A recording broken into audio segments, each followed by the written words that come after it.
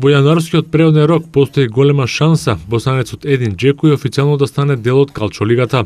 Интер и Рома веќе почнале да работат на привлекување на напајачот. На стартот од сезоната Џеко доби гаранција од Мануел Пелегрини во врска со местото во стартниот состав, но работите се променија и Џеко се помалку добива шанса за игра. Пелегрини во нападот го преферира тандемот Агуеро Негредо, а Џеко јавно потврди дека сака да игра повеќе и дека е подготвен да ја промени средината. Манчестер Сити најверојатно ќе се согласи на негова продажба, бидејќи Џеко има уште 18 месеци од договорот, а неодамна одби да го продолжи истиот. При тој самиот напаѓач ќе инсистира на заминување со цел да ја одржи формата пред светското првенство во Бразил во јуни. Интер и Рома веќе спремиле официјални понуди и ќе се обидат оваа зима да го донесат босанскиот напаѓач во серија А.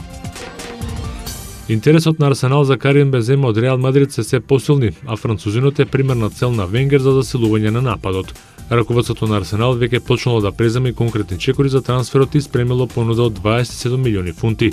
Арсенал до Бензема не може да стигне бидејќи Реал Мадрид нема намера да се раздели со французинот во јануари. Имено на крајот на сезоната кралевите нема да имаат против да се разделат со Бензема, особено поради фактот што напајачот ќе влезе во последната година од договорот. Кралевите како замена за Бензема го сакаат Марио Манџугич, кој моментално е прв стрелец на европскиот шампион Бајер Михен.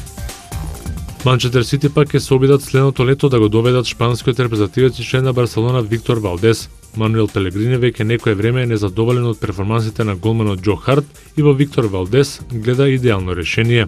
Валдес најави дека по завршувањето на оваа сезона ќе замине како слободен играч од Барселона бидејќи му е потребен нов предизвик.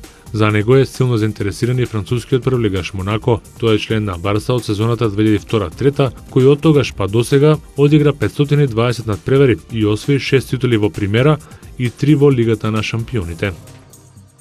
Новак Џоковиќ трета година поред ја освои наградата Златен компир, која се доделува на играчот кој освоил најмногу сетови со 6:0 во сезоната. Србинот во 2013 добил 12 сетови без загубен гем, односно 3 повеќе од второпласираниот Рафа Надал.